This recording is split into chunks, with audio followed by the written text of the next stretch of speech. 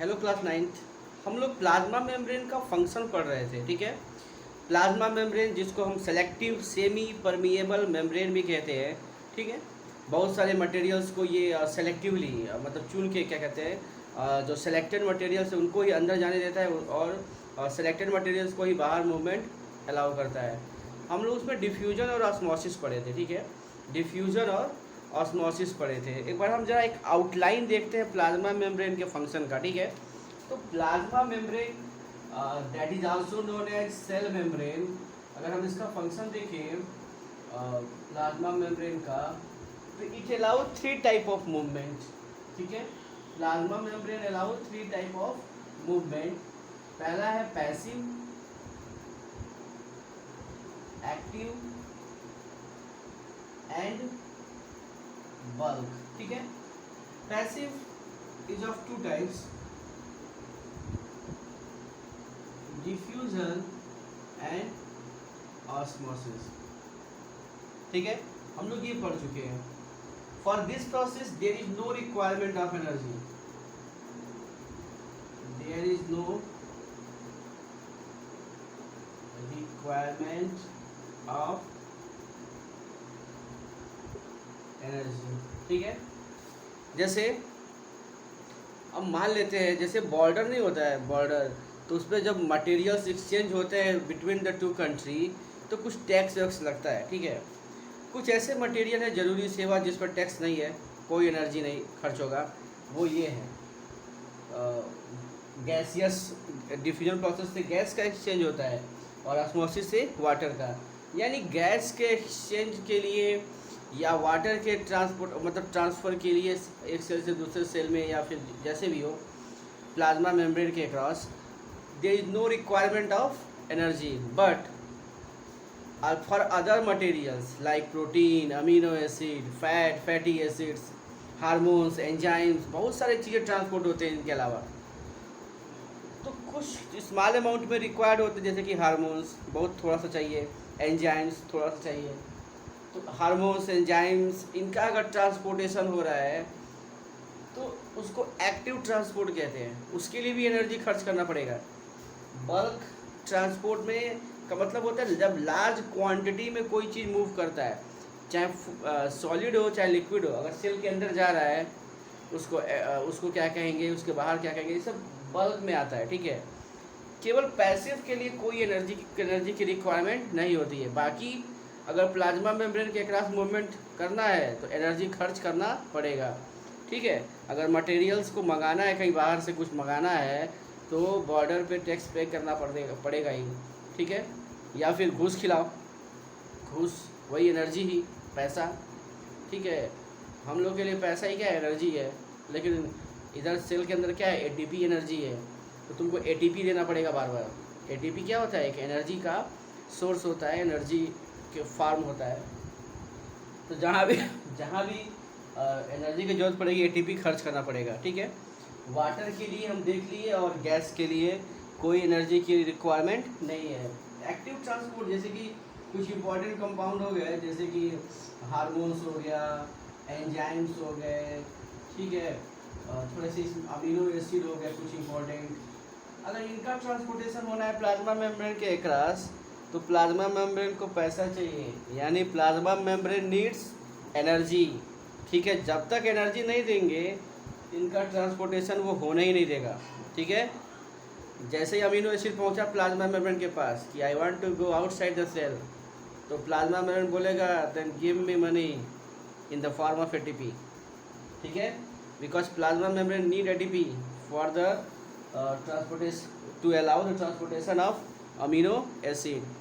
So for some materials like hormone, enzyme, amino acid, plasma membrane requires energy, then only it allow the transportation of materials. Such type of transportation is called active transport.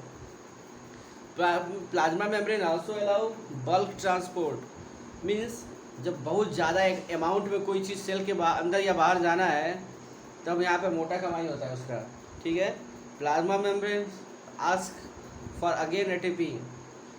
अगर कोई solid food है, food material जो prepare food होता है, जो leaf बनाता है या फिर हम लोग के अंदर जो भी फूड मटेरियल्स है, जब वो सेल के अंदर जाते हैं तब भी प्लाज्मा मेम्ब्रेन को क्या चाहिए, एनर्जी।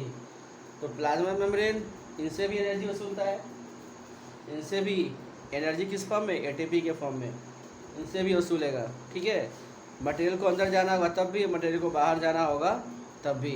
ठीक है, बल्क ट्रांसपोर्ट दो तरह से होता है, एक होता है एंडोसाइटोसिस और एक होता है एक्सोसाइटोसिस। ठीक है, एंडोसाइटोसिस और एक्सोसाइटोसिस, यानी कि अगर सेल के अंदर कोई चीज़ जा रहा है एंडोसाइटोसिस, और कोई चीज़ सेल के बाहर निकल रहा है तो उसको एक्सोसाइटोसिस कहते हैं। एंडोसाइटोसिस दो तरह का होता है, एक होता है पिनोसाइटोसिस, एक होता है phagocytosis.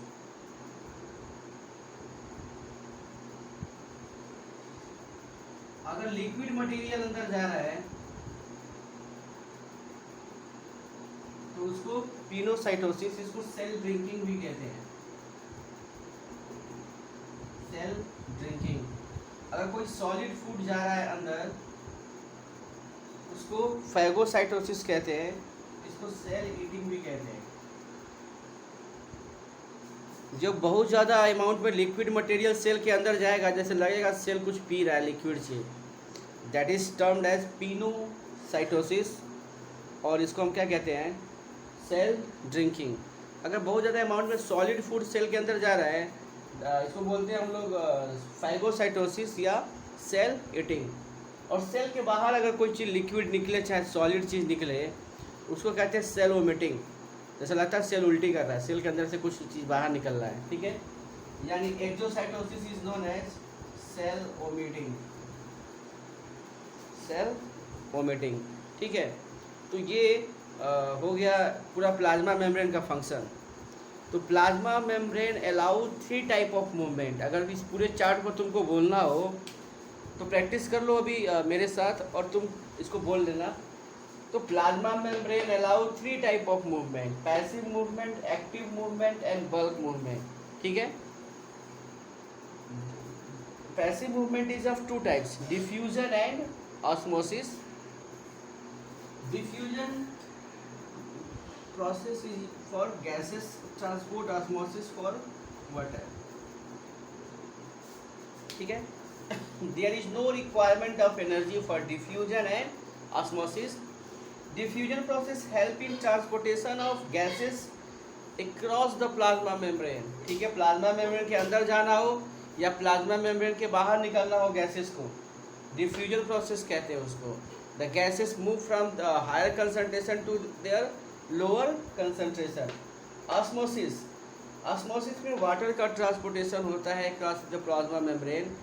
The movement of water from its higher concentration to its lower concentration, ये ऑस्मोसिस कहलाता है। ऑस्मोसिस एक्चुअली में स्पेशल टाइप ऑफ डिफ्यूजन है। ठीक है, तो ये हो गया passive movement, there is no requirement for the energy for the passive movement. Now we turn to active movement.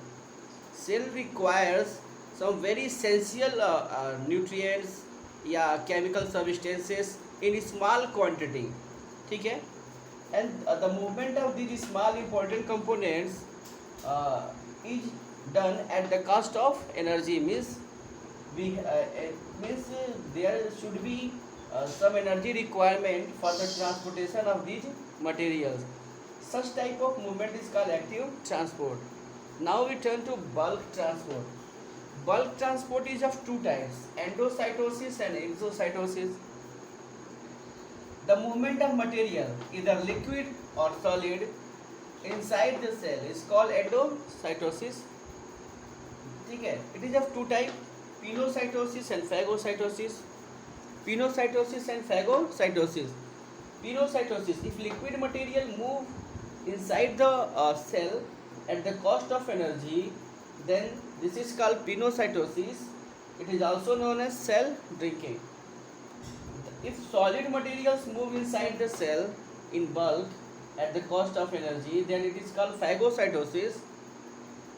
ठीक है. It is also known as cell eating. Exocytosis, in this during this process, the liquid or solid, either liquid or solid, move outside the cell. This is called, this is also called cell vomiting. तो these are the function of plasma membrane. ठीक है. तो जो भी हम अभी बोले हैं ना, उसको बार बार सुन के इसको बार बार रिपीट करने की कोशिश करना. तुमको प्लाज्मा मेम्ब्रेन का सारा फंक्शन याद हो जाएगा. अभी तुम लोग 3 चीज़ लिख चुके हो पॉइंट शायद उसमें, डिफ्यूजन के बारे में, ऑस्मोसिस के बारे में, और एक उसको सेलेक्टिव परमिएबल मेम्ब्रेन क्यों कहते हैं. ठीक है. तो 2 चीज़ हो गया है, एक्टिव पैसिव, डिफ्यूजन और ऑस्मोसिस, यानी कि पैसिव वाला हो गया है. ठीक है. अभी हम लोग एक्टिव लिखेंगे और फिर क्या लिखेंगे, बल्क लिखेंगे.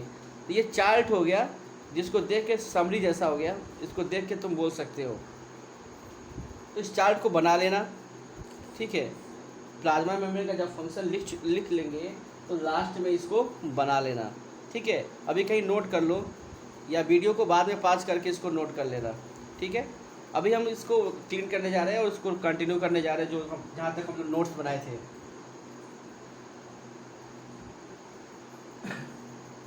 जो तुम ऑस्मोसिस के बारे में लिखे हो, ठीक है, वहीं पे लाइन चेंज करके लिख लो. जो तुम ऑस्मोसिस हेडिंग डाल के तीसरा पॉइंट लिखे थे, जो भी लिखे थे, उसके लास्ट वाले लाइन से लिखो कि क्या कहते हैं,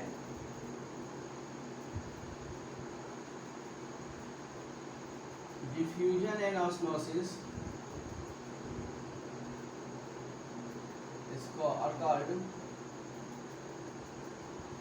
passive transport.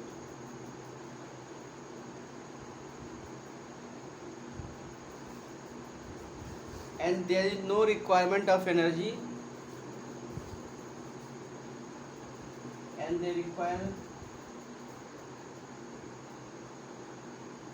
and this process require no energy. चौथा, active transport.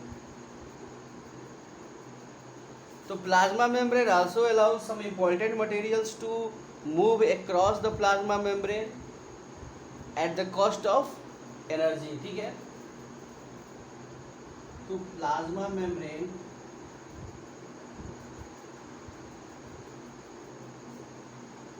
also allow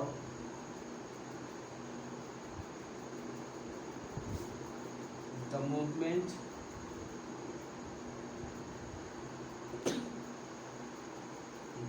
of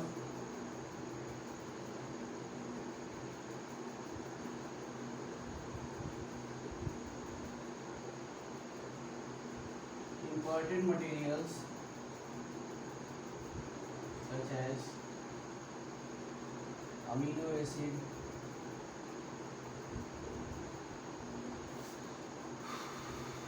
hormones, enzymes at the cost of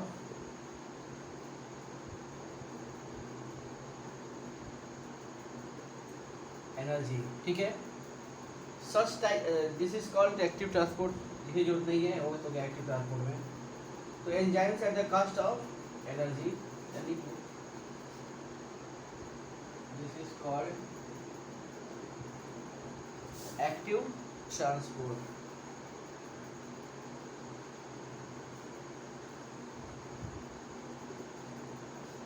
fifth है bulk.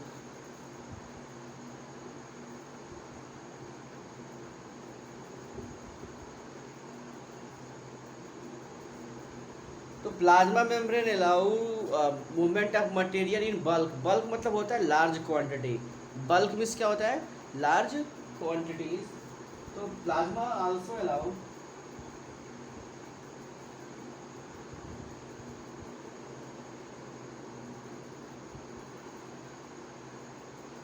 Movement of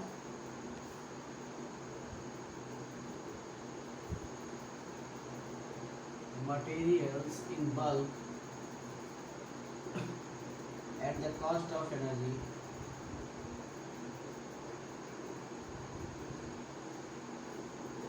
at the cost of energy. ठीक है, ये कहलाता है बल्क ट्रांसपोर्ट कहलाता है। ठीक है, हम लोग बल्क ट्रांसपोर्ट का जो टाइप है नेक्स्ट वीडियो में पढ़ेंगे। ठीक है,